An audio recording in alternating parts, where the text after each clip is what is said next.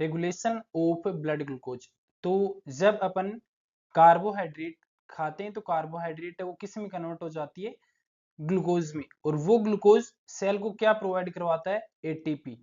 तो ये जो एटीपी होता है उस एटीपी को प्रोवाइड करवाने के लिए जो ग्लूकोज रिक्वायर्ड होता है, इस ग्लूकोज का ब्लड के अंदर कैसे रेगुलेट होता है, मीन्स ब्लड ग्लूकोज ना तो बढ़े, ना तो हाइपरग्लाइसीमिया हो और ना ही हाइपोग्लाइसीमिया हो, इन दोनों कंडीशंस को कैसे रेगुलेट किया जाता है, इन या फिर इन दोनों कंडीशंस के बीच में कैसे बैलेंस किया जाता है, उसके बारे में आज अपन इस क्लास में देखेंगे। तो रेगुलेशन ऑफ ब्लड ग्लूकोज, इसके अलावा जो रेगुलेशन देखेंगे तो मीन्स सबसे पहले अपन देखेंगे कि जो ब्लड ग्लूकोज है उसका सोर्स क्या होता है, अपने को कौन कौन से वे से ग्लूकोज मिलता है, उसका यूटिलाइजेशन कैसे होता है, बॉडी में जो ब्लड ग्लूकोज खपत होती है, यूटिलाइज होती है, वो कैसे होती है, इसके अलावा कौन कौन सी ऐसी मैकेनिज्म्स होती हैं जिन मैकेनिज्म्स के द्वारा ये ब्लड ग्लूकोज का रेगुलेशन होता है, और इसके अलावा एंजाइम्स और हार्मोन्स कौन कौन से हैं जो ब्लड ग्लूकोज का रेगुलेशन करते हैं। तो अपन आज क्लास में इन सभी चीजों के बारे में स्टडी करेंगे वन बाय वन करके। तो सबसे पहले देखते हैं सोर्स ऑफ ब्लड ग्लूकोज। सबसे पहले देखें सोर्स को, तो सबसे पहले आता है डाइटरी।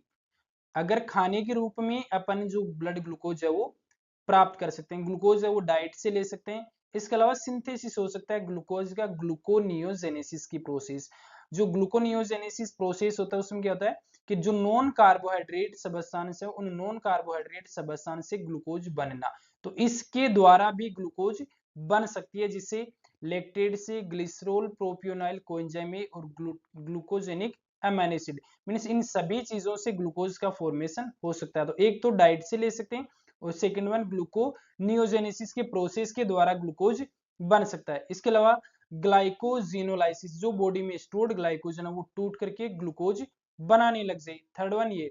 और नेक्स्ट वन आता है अमीनो एसिड। तो लगभग सभी अमीनो एसिड होते हैं वो ग्लूकोज बनाने में कंट्रीब्यूट करते हैं, छोड़ करके कौन से को, कीटोजेनिक अमीनो एसिड होता है कौन सा, ल्यूसीन। तो ल्यूसीन अमीनो एसिड होता है, इसको छोड़ करके सभी के सभी अमीनो एसिड ग्लूकोज बनाने में हेल्प करते हैं। और ये ल्यूसीन क्यों नहीं बनाता, क्योंकि ये कीटोजेनिक अमीनो एसिड होता है जिसकी वजह से ग्लूकोज नहीं बनाता बॉडी में। तो सोर्स है वो अपन डाइट से ले सकते हैं, ग्लूकोनियोजेनेसिस के द्वारा, ग्लाइकोजिनोलाइसिस के द्वारा और अमीनो एसिड के द्वारा। ये सभी के सभी क्या होते हैं, ग्लूकोज के लेवल को बॉडी में बढ़ा देते हैं। नेक्स्ट वन आता है कि यूटिलाइजेशन होता है जो ब्लड ग्लूकोज का, मींस सोर्स अपन ने बॉडी में ले लिया तो अब उसकी यूटिलाइज कैसे होगा, तो इसमें सबसे पहले आता है जैसे ग्लाइकोलाइसिस के द्वारा हो सकता है, टीसी साइकिल में हो सकता है और एचएमपी सेंट, मींस ये 3 साइकिल होते हैं जिसके द्वारा क्या हो सकता है कि जो ग्लूकोज होता है वो बॉडी में यूटिलाइज हो सकता है। नेक्स्ट वन आता है ग्लाइकोजन सिंथेसिस में, मीन एक्सेस जो ग्लूकोज होता है बॉडी में, वो एक्सेस ग्लूकोज ब्लड में होता है वो किस में कन्वर्ट हो जाता है, ग्लाइकोजन में, जिसको क्या बोलते हैं अपन, ग्लाइकोजेनेसिस। नेक्स्ट वन आता है लाइपोजेनेसिस, मींस लिपिड का सिंथेसिस करने के लिए भी ब्लड ग्लूकोज होता है वो यूटिलाइज होता है। उसके बाद में आता है डिफरेंट कंपाउंड्स होते हैं उनके सिंथेसाइज में, जैसे ग्लाइकोलिपिड और अमाइनो शुगर में, ठीक है। तो इनके सिंथेसिस के लिए भी अपने को किसकी जरूरत पड़ती है, ग्लूकोज की जरूरत पड़ती है। तो इन 4 जगह पे होता है, साइकिल्स में हो सकता है, ग्लाइकोजन के सिंथेसिस में हो सकता है, लाइपोज लिपिड के सिंथेसिस में हो सकता है, और कुछ डिफरेंट कंपाउंड्स होते हैं उनके सिंथेसिस में ग्लाइकोजन का यूटिलाइजेशन हो सकता है। उसके बाद में आता है रीनल थ्रेशोल्ड। तो रीनल थ्रेशोल्ड क्या होता है, मैक्सिमम क्वांटिटी या फिर मैक्सिमम जो वॉल्यूम होती है किसी भी सब्सटेंस की, जो रीनल सिस्टम है वो जो रीनल फिल्ट्रेट होता है, ग्लोमेरुलर फिल्ट्रेट, उसके दौरान उसको रीअब्सॉर्ब कर सके। तो रीनल थ्रेशोल्ड क्या होता है, कोई भी जो सब्सटेंस होता है उसकी मैक्सिमम वॉल्यूम होती है जो क्या होता है, ग्लोमेरुलर फिल्ट्रेशन के दौरान रीअब्सॉर्ब हो जाए बॉडी में, ग्लोमेरुलर फिल्ट्रेट होता है उस दौरान बॉडी में वापस रीअब्सॉर्ब हो जाए, वो उसको क्या बोलते हैं, रीनल थ्रेशोल्ड। अगर किसी मैक्सिमम क्वांटिटी से ज्यादा होगा तो वो यूरिन के साथ में बाहर आ जाएगा। तो जो ब्लड ग्लूकोज होता है उसके रीनल थ्रेशोल्ड कितना होता है, 180 mg पर डीएल, इतना रीनल थ्रेशोल्ड होता है। अगर 80 mg पर डीएल से ज्यादा होगा तो वो ग्लूकोज यूरिन के साथ में बाहर आएगा और जिसको अपन क्या बोलेंगे, ग्लाइकोसूरिया बोल देंगे, ठीक है। उसके बाद में आते हैं कि कौन कौन से ऐसे हार्मोन्स होते हैं जो ब्लड ग्लूकोज के लेवल को रेगुलेट करते हैं। तो मेजरली हाइपोग्लाइसीमिया और हाइपरग्लाइसीमिया दो कंडीशंस होती हैं वो अकर होती हैं ग्लूकोज की वजह से, तो हाइपोग्लाइसीमिया के लिए एक एंजाइम या फिर सॉरी एक हार्मोन होता है वो जिम्मेदार होता है, और वो कौन सा होता है? इंसुलिन। इंसुलिन है जब जब स्टिमुलेट होगा तो कौन सी कंडीशन होगी? हाइपोग्लाइसीमिया। और जो हाइपरग्लाइसीमिया की कंडीशन है, तो हाइपरग्लाइसीमिया कंडीशंस के लिए मेजरली 5 टाइप्स ऑफ हार्मोन्स जिम्मेदार होते हैं। Glucagon, epinephrine, thyroxine, growth hormone और कोर्टिसोल। ये 500 के 500 हार्मोन होते हैं, वो कंट्रीब्यूट करते हैं हाइपरग्लाइसीमिया की कंडीशन को कोज करने के लिए। तो दो टर्म चलते हैं, एक तो होता है ग्लाइकोजेनेसिस, जिसमें ग्लाइकोजन का सिंथेसिस होता है, ग्लूकोज से जो एक्सेस ग्लूकोज होती है वो ग्लाइकोजन बनाती है। और नेक्स्ट आता है ग्लाइकोजिनोलाइसिस। अगर वो ब्लड में ग्लूकोज का लेवल कम हो जाता है तो ग्लाइकोजन जो स्टोर्ड होती है वो टूटना स्टार्ट होती है, और टूट करके किसको बना लेती है? ग्लूकोज बनाती है, जिसको अपन क्या बोलते हैं? ग्लाइकोजिनोलाइसिस। उसके बाद में आते हैं इंसुलिन जो होता है वो कैसे बॉडी में काम करता है ग्लूकोज के लेवल को रेगुलेट करने के लिए। तो इंसुलिन है वो ग्लूकोज के लेवल को क्या कर देता है? हमेशा कम। हाइपोग्लाइसीमिया की कंडीशन के लिए जिम्मेदार होता है कौन? इंसुलिन, हाइपोग्लाइसीमिया के लिए। तो ये हाइपोग्लाइसीमिया के लिए कैसे करता है? ग्लूकोज के लेवल को कैसे कम कर देता है? तो एक तो क्या करता है, ब्लड में जो ग्लूकोज प्रेजेंट होता है उस ग्लूकोज को सेल के अंदर पहुंचा देगा। जो ब्लड में ग्लूकोज होता है उस ब्लड में ग्लूकोज को सेल के अंदर पहुंचा देता है गल्ट चैनल्स होते हैं उनके द्वारा, जिसको क्या बोलते हैं? Insulin dependent transporters. ठीक है, तो जैसे ये सेल्स होती हैं और इन सेल्स के अंदर ये जो ब्लड के अंदर बाहर ग्लूकोज दौड़ रहा है, इस ग्लूकोज को कहाँ पहुंचा देती है? सेल के अंदर पहुंचा देंगी। एक तो ये होता है। नेक्स्ट आता है ग्लाइकोलाइसिस को स्टिमुलेट करेगा। ग्लाइकोलाइसिस स्टिमुलेट होगा तो क्या होगा कि जो ग्लूकोज का मोलिक्यूल होता है वो किस में टूट जाएगा? पायरुवेट में, जो एनर्जी को प्रोड्यूस करेगा। नेक्स्ट आता है एचएमपी संट, जो पैरेलल चलता है ग्लाइकोलाइसिस के। उसके बाद में आता है ग्लूकोनियोजेनेसिस को क्या कर देगा? कम कर देगा। ग्लूकोनियोजेनेसिस कम होगा तो मीन्स एक्सेस ग्लूकोज नहीं बनेगा। कैसे नहीं बनेगा? कि जो नॉन कार्बोहाइड्रेट सबस्टांस है वो नॉन कार्बोहाइड्रेट सबस्टांस ग्लूकोज नहीं बनाएंगी।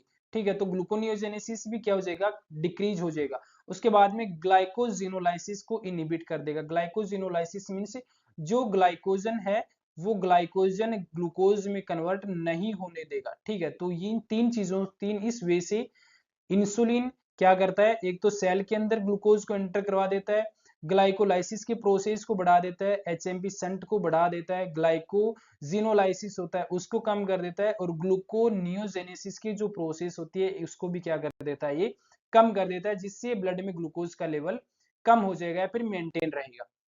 उसके बाद में रेगुलेशन के लिए कौन कौन सी मैकेनिज्म होती है? तो फर्स्ट वन आता है डिफरेंट टाइप्स ऑफ मैकेनिज्म होती हैं जो ब्लड ग्लूकोज के लेवल को क्या करती हैं? वो रेगुलेट करते हैं। ठीक है, तो सबसे पहले आता है ग्लाइकोजन मेटाबॉलिज्म। तो ग्लाइकोजन मेटाबॉलिज्म में मेजरली टू टाइप्स के जो एंजाइम्स होते हैं जो ग्लाइकोजन के मेटाबॉलिज्म में हेल्प करते हैं। तो एक तो होता है glycogen synthase. Glycogen synthase means formation करना, तो किसका? ग्लाइकोजन का। तो ग्लाइकोजन सिंथेज ग्लाइकोजन का फॉर्मेशन करता है, जिसको अपन क्या बोलते हैं?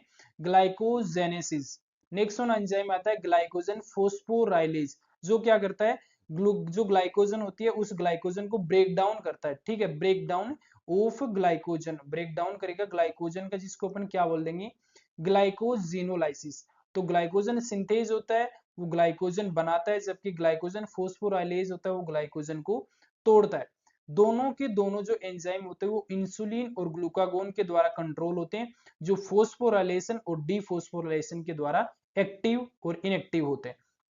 तो जो ग्लाइकोजन सिंथेज होता है वो ग्लाइकोजन सिंथेज एक्टिव होता है डीफोस्फोराइलेट स्टेट में। ठीक है, तो ग्लाइकोजन सिंथेज है वो डीफोस्फोराइलेट स्टेट के अंदर एक्टिव होगा, जबकि ग्लाइकोजन फोस्फोराइलेज होता है वो ग्लाइकोजन फोस्फोराइलेज एक्टिव होगा फोस्फोराइलेट स्टेट में। ठीक है, तो एक्टिव और इनएक्टिव कौन सी स्टेट के अंदर प्रेजेंट होते हैं?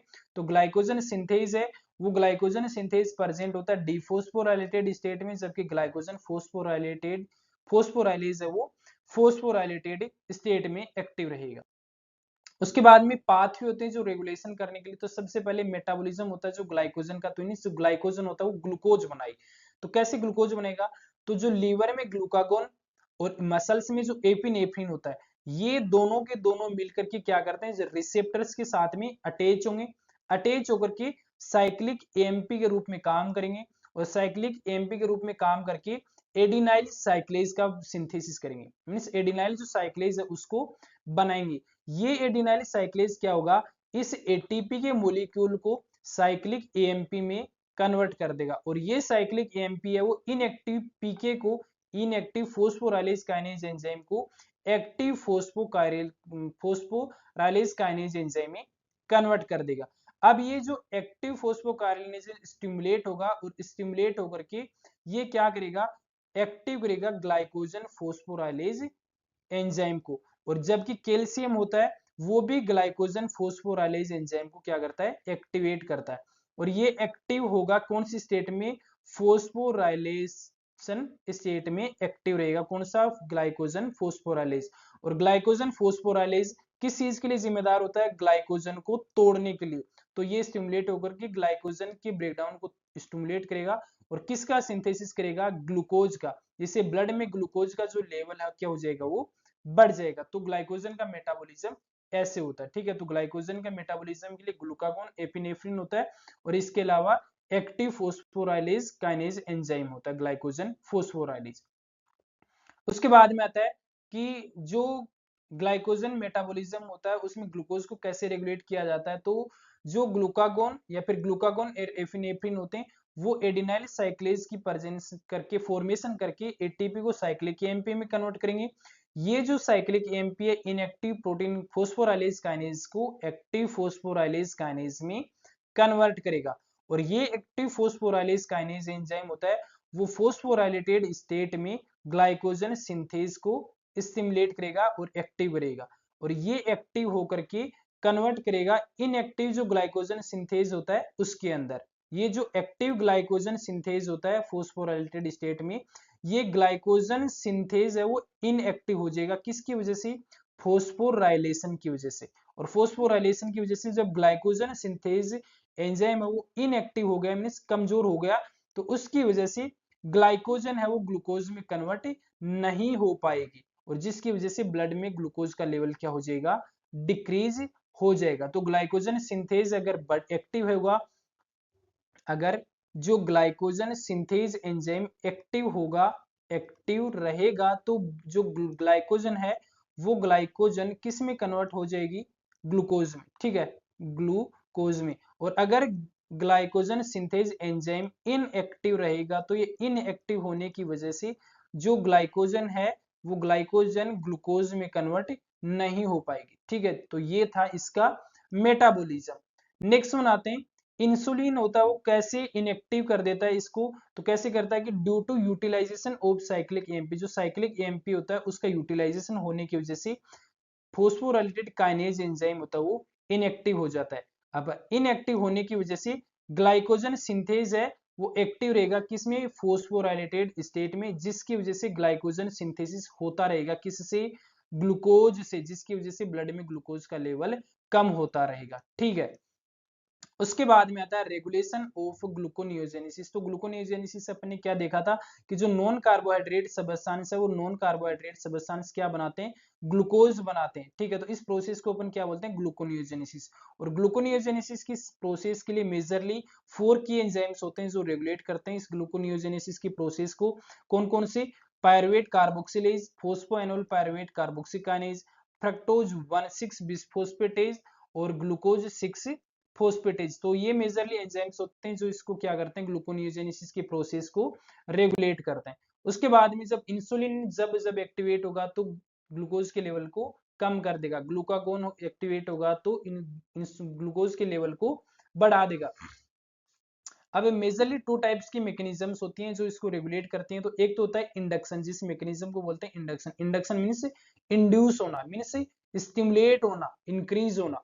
और रिप्रेशन मींस होता है डिक्रीज होना, ठीक है। तो इंडक्शन के लिए कौन सा जिम्मेदार होता है, जो पायरुवेट कार्बोक्सिलेज होता है वो ग्लूकागोन क्या करता है, इसको इंड्यूस करता है। तो ग्लूकागोन होता है वो पायरुवेट कार्बोक्सिलेज एंजाइम को स्टिमुलेट कर देगा। और पायरुवेट कार्बोक्सिलेज एंजाइम क्या करता है, पायरुवेट के मॉलिक्यूल को, पायरुवेट के जो मॉलिक्यूल होता है उसको ऑक्जेलो एसीटेट में कन्वर्ट कर देगा, ऑक्जेलो एसीटेट के अंदर कन्वर्ट कर देगा। तो जब पायरुवेट कार्बोक्सिलेज एक्टिव होगा तो ऑक्जेलो एसीटेट में कन्वर्ट होगा, ऑक्जेलो एसीटेट वापस क्या करेगा, एटीपी का प्रोडक्शन करेगा फोस्फोएनोल पायरुवेट में कन्वर्ट होकर के। रिप्रेशन क्या करता है, इंसुलिन होता है वो इंसुलिन पायरुवेट कार्बोक्सिलेज को रिप्लेस कर देता है, मीन्स उसके काम को रोक देता है, जिसकी वजह से ऑक्जेलोएसीटेट नहीं बनता और ग्लूकोज का मोलिक्यूल नहीं बन पाता है। तो देयर आर डिफरेंट एक्टिवेटर्स होते हैं इनके लिए, means different types of activators होते हैं जो इसमें काम करते हैं। तो कौन कौन से होते हैं? एक तो होता है एसिटाइल कोएंजाइम ए, और ये acetyl coenzyme A pyruvate carboxylase के लिए एक्टिवेटर, मीन्स उसको एक्टिवेट करने के लिए जिम्मेदार होता है एसिटाइल कोएंजाइम ए। जबकि जो सिट्रेट होता है वो सिट्रेट क्या होता है? फ्रक्टोज 1,6 बिसफोस्फेट है, इस फ्रक्टोज 1,6 बिसफोस्फेट के लिए एक्टिवेटर का काम करता है। और फ्रक्टोज 1,6 बिसफोस्फेट होता है वो क्या करता है? फ्रक्टोज 1,6 बिसफोस्फेट को फ्रक्टोज 6 फोस्फेट में कन्वर्ट कर देता है। ठीक है, तो ये काम होता है फ्रक्टोज 1,6 बिसफोस्फेट का। नेक्स्ट सुनाते हैं रेगुलेशन ऑफ ग्लाइकोलाइसिस। तो ग्लाइकोलाइसिस होता है उसमें क्या होता है कि जो ग्लूकोज का मोलिक्यूल होता है वो ग्लूकोज का मोलिक्यूल होता है वो किसमें टूटता है? पायरुवेट में, दो मोलिक्यूल और पायरुवेट 3-3 कार्बन के। ठीक है, तो ये बनाते हैं। तो अब ग्लाइकोलाइसिस को रेगुलेट करने के लिए मेजरली जो एंजाइम्स रेस्पॉन्सिबल होते हैं ग्लूकोकाइनेज और हेक्सोकाइनेज, फोस्फोफ्रक्टोकाइनेज और पायरुवेट काइनेज। ठीक है, तो ये 3 एंजाइम्स होते हैं जो ग्लाइकोलाइसिस की प्रोसेस के लिए रेस्पॉन्सिबल होते हैं। ठीक है, जो इंसुलिन होता है वो ग्लूकोज की यूटिलाइजेशन को बढ़ा देता है। मैंने बताया था ना कि जब जब इंसुलिन हो बढ़ेगा तो ब्लड में ग्लूकोज का लेवल क्या होगा? कम हो जाएगा। जबकि ग्लूकागोन होता है वो पायरुवेट काइनेज जो एंजाइम होता है उस पायरुवेट काइनेज एंजाइम को क्या कर देता है? डिक्रीज कर देता है, जिससे ऑक्सैलोएसीटेट होता है फोस्फोएनोल पायरुवेट में कन्वर्ट नहीं हो पाता है। उसके बाद में देखते हैं कि ब्लड में जो ग्लूकोज प्रेजेंट होता है उसका कैसे स्टेटस होता है, खाना खाने के बाद में कैसे होता है, खाना खाने की 2-4 घंटे बाद में कैसे स्टेटस होता है, 1 दिन बाद में कैसे होता है, 2 दिन बाद में कैसे होता है। तो आफ्टर मील जैसे ही अपन खाना खाएंगे तो खाना खाने के दौरान ग्लूकोज होता है वो खाने ब्लड के अंदर क्या होता है? हाई। अगर जैसे खाना खाएंगे तो ब्लड में ग्लूकोज हाई होगा, क्योंकि जैसे अपने खाना खाया तो कार्बोहाइड्रेट है ग्लूकोज में टूटेगा और ग्लूकोज टूटने के बाद में ब्लड में जाएगा, अब्जॉर्ब होकर और ब्लड के ग्लूकोज के लेवल को बढ़ा देगा। इसलिए जो ग्लाइकोजन सिंथेसिस होगा एक्सेस ग्लूकोजन होती है और वो किसके लिए? फिर जो एनर्जी का सोर्स होता है ब्रेन का उसके लिए काम करेगी। तो एक्सेस अगर खाना खाते ही अपने पास ग्लूकोज है तो ब्रेन है वो ग्लूकोज का यूज करेगा किसके लिए? एनर्जी के लिए। लेकिन पोस्ट अब्जॉर्प्टिव फेज मींस अब्जॉर्प्शन करने के बाद में वापस ग्लूकोज लेवल है वो खाना खाने के बाद में जब सुबह खाना खाते हैं फिर शाम को खाते हैं तो 20 का जो टाइम ड्यूरेशन होता है उसमें ग्लूकोज लेवल नॉर्मली प्रेजेंट होता है ब्लड में, जिसकी वजह से जो वापस ब्रेन है वो एनर्जी के रूप में किसका यूज करेगा? ग्लूकोज का यूज करेगा। या फिर ग्लाइकोजिनोलाइसिस के द्वारा मींस जो एक्सेस लीवर में ग्लाइकोजन होती है उसको टूट जाए और टूट करके अपने को क्या दे? एनर्जी प्रोवाइड करवाए। आफ्टर 16 टू 18 आवर्स स्टारवेशन, यानी 16 से 18 घंटे तक आपने खाना नहीं खाया है तो उसके बाद में अगर ब्लड में ग्लूकोज नहीं है तो वो कैसे ब्लड में ब्रेन में जो सेल्स होती हैं उनको एनर्जी मिलेगी? तो उस दौरान मेन सोर्स होता है जो ग्लूकोज का वो क्या होता है? ग्लूकोनियोजेनेसिस, जो कहाँ पे होता है? लीवर में। ठीक है, तो ये ग्लूकोनियोजेनेसिस नॉन कार्बोहाइड्रेट जो सबस्टांस होते हैं उन नॉन कार्बोहाइड्रेट सबस्टांस से अपनी बॉडी में ग्लूकोज बनेगा और ग्लूकोज बनाने के बाद में जो ब्रेन की सेल्स होती हैं या फिर जो मसल्स होती हैं वो कीटोन बॉडी का यूज करेंगे एनर्जी सोर्स के रूप में। ठीक है, तो खाना खाने के 16 से 18 घंटे बाद में ग्लूकोनियोजेनेसिस प्रोसेस होती है, उससे कीटोन बॉडी बनती है और वो कीटोन बॉडी जो ब्रेन की सेल्स होती हैं वो क्या करती हैं? एनर्जी सोर्स के रूप में यूटिलाइजेशन करती हैं।